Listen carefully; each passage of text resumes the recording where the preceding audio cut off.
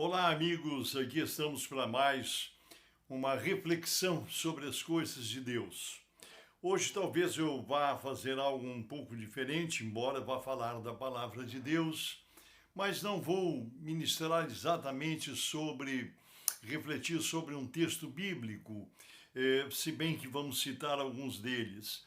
Eu gostaria de dizer para você que hoje eu queria fazer um comentário sobre alguma coisa que se observa no universo evangélico, principalmente aqui na nossa terra, no nosso Brasil, na nossa nação.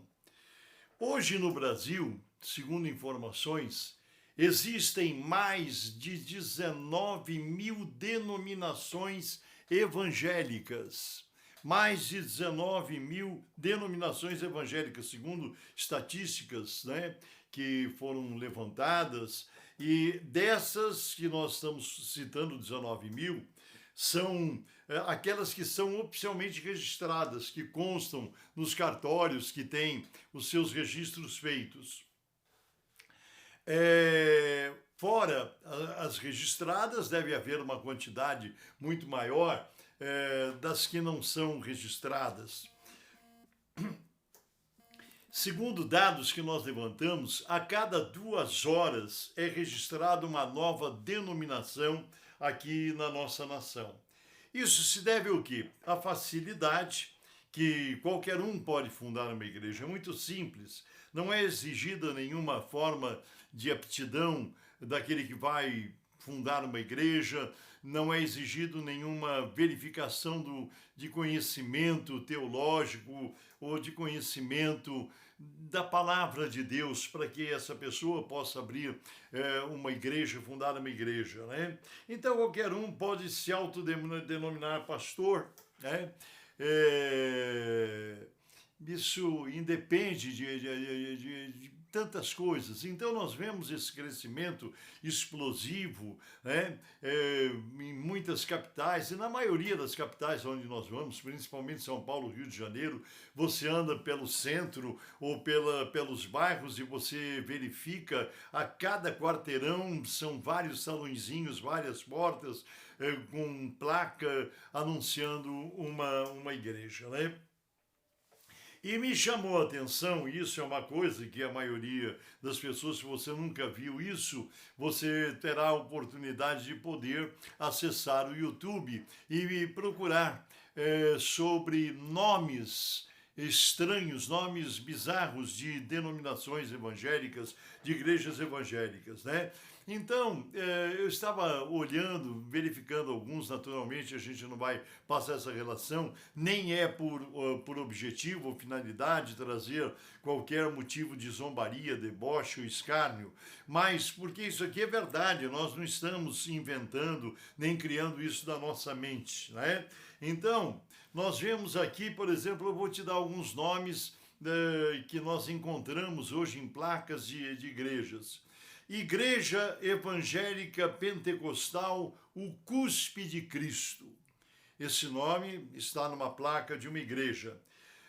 Uma outra tem na sua placa Igreja do Decanta-Labaci.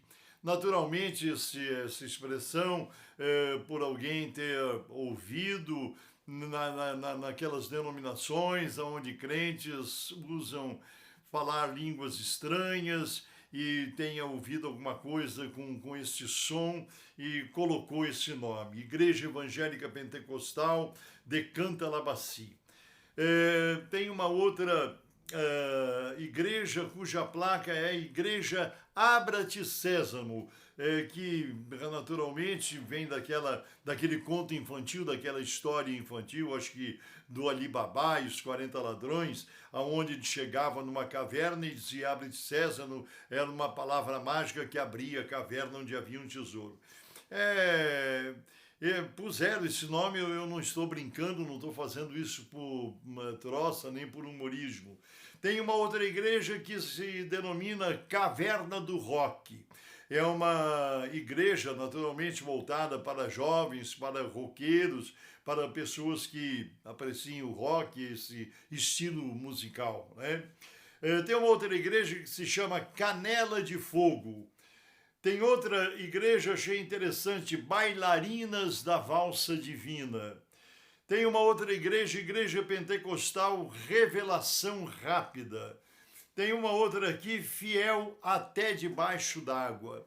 E eu poderia continuar aqui expondo para os meus amigos, para os meus irmãos, poderia continuar aqui enumerando. Aliás, se você procurar no YouTube, é só você colocar nomes bizarros, nomes engraçados de igreja, você vai encontrar uma enormidade, uma infinidade deles.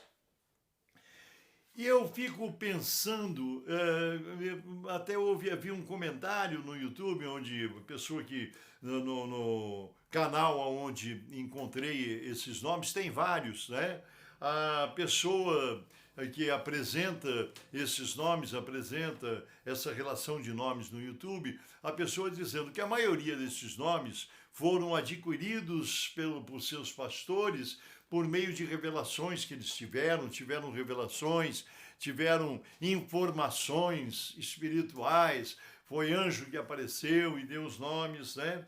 E hoje não somente esses nomes nos espantam, eu acredito que as pessoas, os pastores, os obreiros, as pessoas que frequentam não tenham a intenção nenhuma de zombar, ridicularizar os irmãos que frequentam essas denominações ou essas igrejas.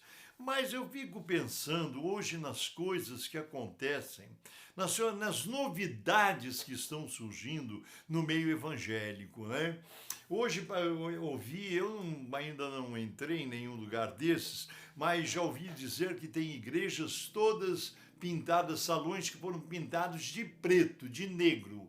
É tudo preto, tudo escuro, a porta de entrada, o templo lá dentro. Eu acho tão estranho. Há outros salões que na hora dos louvores vira assim, tem aquele clima, que pelo menos que eu saiba, lembra um clima de casa noturna, de boate, com luzinhas coloridas piscando. Algumas igrejas na hora da oração têm até gelo seco para fazer fumaça, uma encenação. E eu pergunto, meus irmãos, eu fico estarrecido diante dessas coisas, porque há muito pouco tempo atrás, não são tantos anos assim, mas alguns anos atrás, hoje se pergunta, mas Deus não opera mais, Deus não se manifesta mais, ouvimos falar de coisas que Deus fez no passado.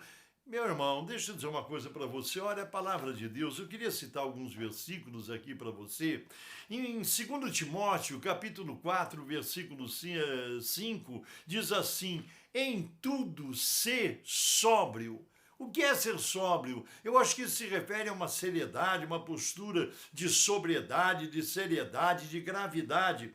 Aliás, em Tito, na carta a Tito, capítulo 2, versículo 2, está escrito assim: sóbrios e graves. Sabe, vemos em Efésios 5, 4, para não convivermos com chacorrice, chacotas, brincadeiras, palhaçadas, essas coisas humorísticas, essas coisas que tiram a seriedade, a solenidade do culto de adoração a Deus. Meu irmão, eu fico muito impressionado com muitas coisas que eu vejo. Eu sei que as coisas que eu falo podem desagradar profundamente a muitos que me ouvem, mas eu vejo coisas hoje acontecendo que parece que as coisas que eram falta de respeito, considerado falta de educação há uns anos atrás, hoje não é mais, mudou, os conceitos são outros. Por exemplo, jamais, há um tempo atrás, aqueles que não precisam ser tão idosos quanto eu, mas que têm uma certa idade, jamais se sentava numa mesa para fazer uma refeição com chapéu, com boné. Era considerado falta de educação, não sei o que houve, que hoje não tem mais esse problema, nem mesmo dentro das igrejas, nem mesmo dentro das igrejas. Eu vejo, assim, coisas que me chamam a atenção, por onde eu vou, sabe? Por onde eu passo, porque eu vou, visito diversas denominações, sou convidado a pregar, problema de celular usado no culto, pessoas usando o WhatsApp, pessoas chupando bala sem cerimônia, abre a bala no meio do culto, um bombom, chiclete, tem alguns até que fazem bola de chiclete no meio do culto, irmãos.